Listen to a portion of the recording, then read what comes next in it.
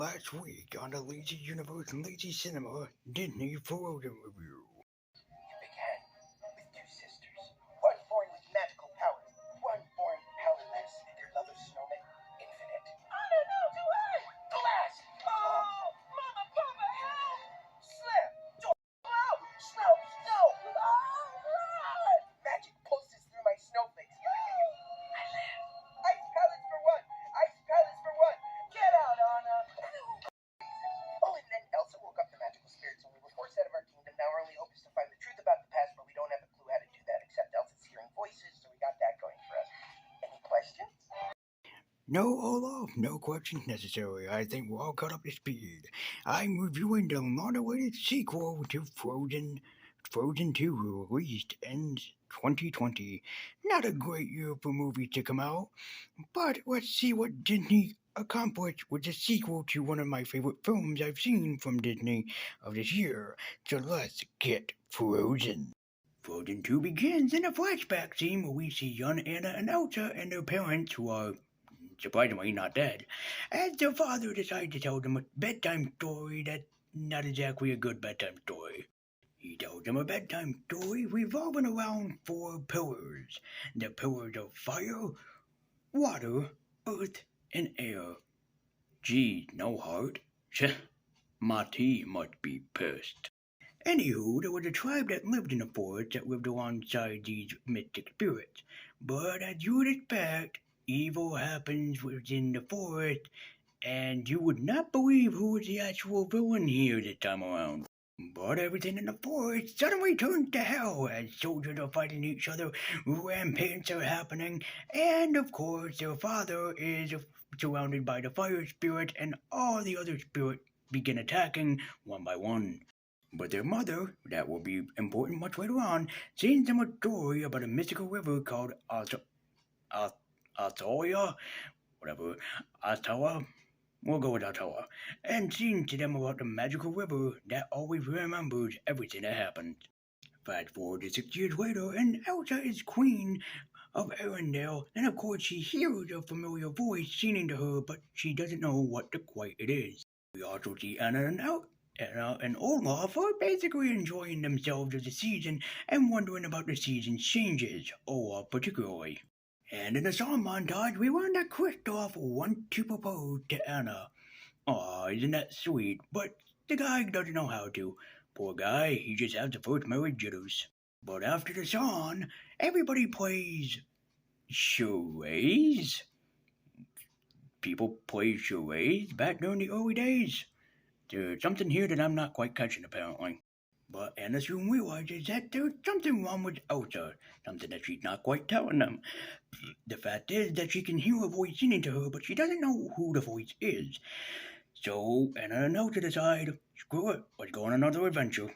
Well, not right away, as Elsa suddenly realizes that she could sing to the spirit and kind of memorizes the voice, but then a lot of the symbols of the earth, air, and fire totems all suddenly appear. And as you'd imagine, things go from bad to worse.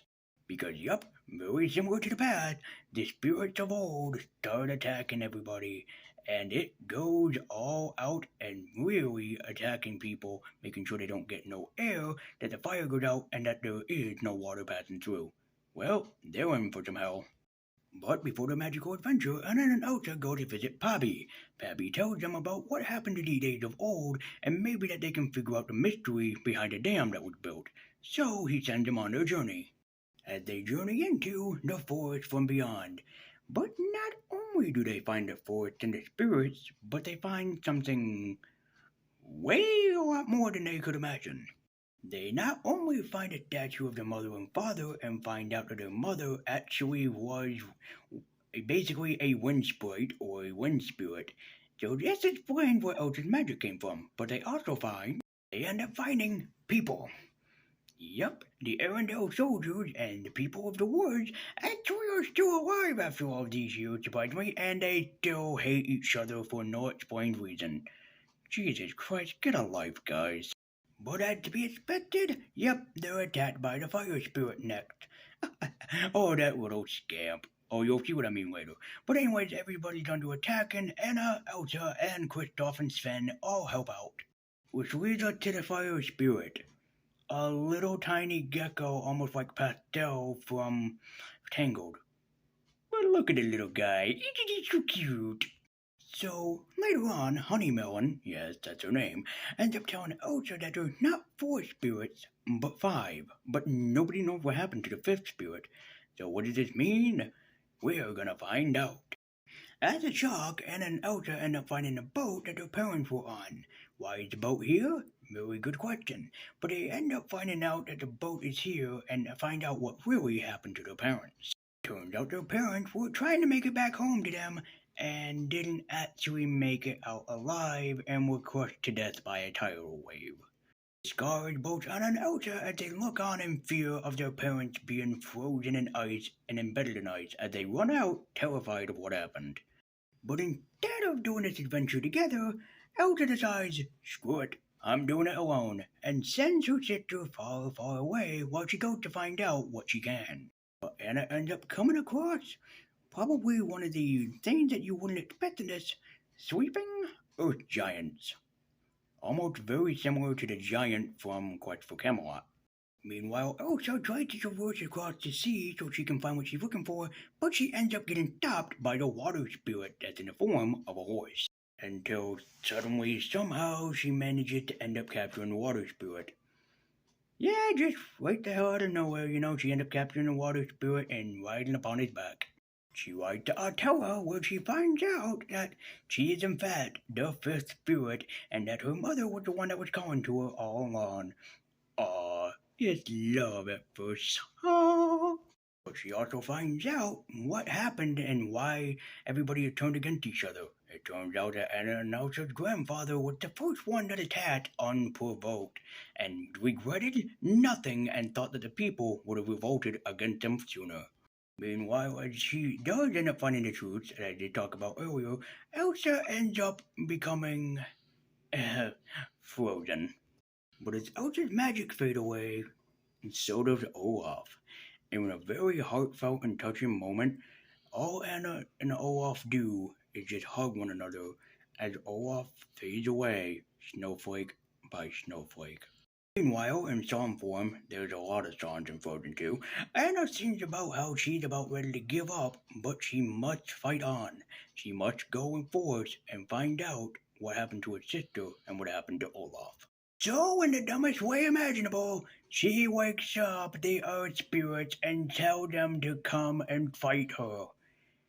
Yeah, that actually happens. End up saved by Kristoff, her fiance and future husband, and ends up going to the dam where she's stopped by the Arendelle soldiers when she informs them about what happened. So the rock giant destroyed the dam, and just about ready as Arendelle is going to be smushed by water, Elsa comes in and saves the day very much like a Marvel superhero.